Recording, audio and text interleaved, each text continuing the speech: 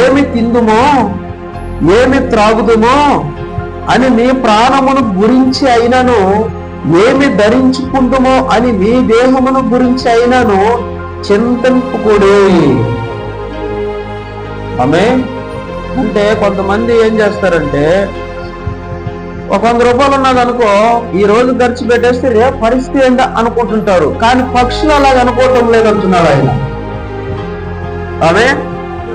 పక్షులు ఇంకా చాలా భయంకరంగా ఉంటాయి మన మీద. నిద్రలేస్తే ఎవరో ఒకరు కాట్బాల్తో కొట్టేస్తారేమో నన్ను, నిద్రలేస్తే ఎవరో ఒకరు ఆ యొక్క ఇత్తనాలలో గులుగులు కలిపి పెట్టేస్తుంటారేమో, నిద్రలేస్తే పొలంలో పోయేవాడిని అక్కడ ఎవరో ఒకరు ఉచ్చులేసి పెట్టేస్తుంటారేమో, అవి అంటారు కదా మ్యాట్లు ఏముంటాయి కదా, అవన్నీ వేసి పెట్టేస్తుంటారేమో.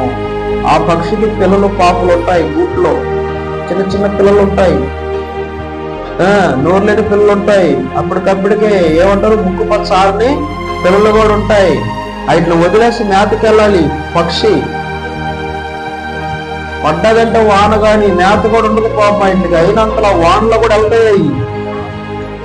ఆ వానలో వేటగాళ్ళు జాస్తి, ఎందుకంటే వాళ్ళకి వానలో కొద్దిగా నీసు కౌసు కావాలి.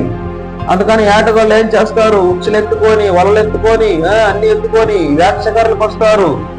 అటువంటప్పుడు అవి కానీ దొరికాయంటే అయితే బిడ్డల పరిస్థితి ఏంటి, అవి కూడా దిగులు పడవండి అవి నిద్రలేస్తే. కానీ దేవుడు వేరుపరుచుకున్న ఒక సహోదరి సహోదరుడు ఎందుకు ఏమి తిందామా, ఏమి ధరించుకుందామా, ఏమి తాగదమని ఎందుకు దిగులు పడిపోతున్నాడు తెల్లారు అని కాకుంటున్నాడు. అంటే మీరు వారికంటే శ్రేష్ఠులు కాదా? అయ్యేన శ్రేష్ఠులు. వాటికి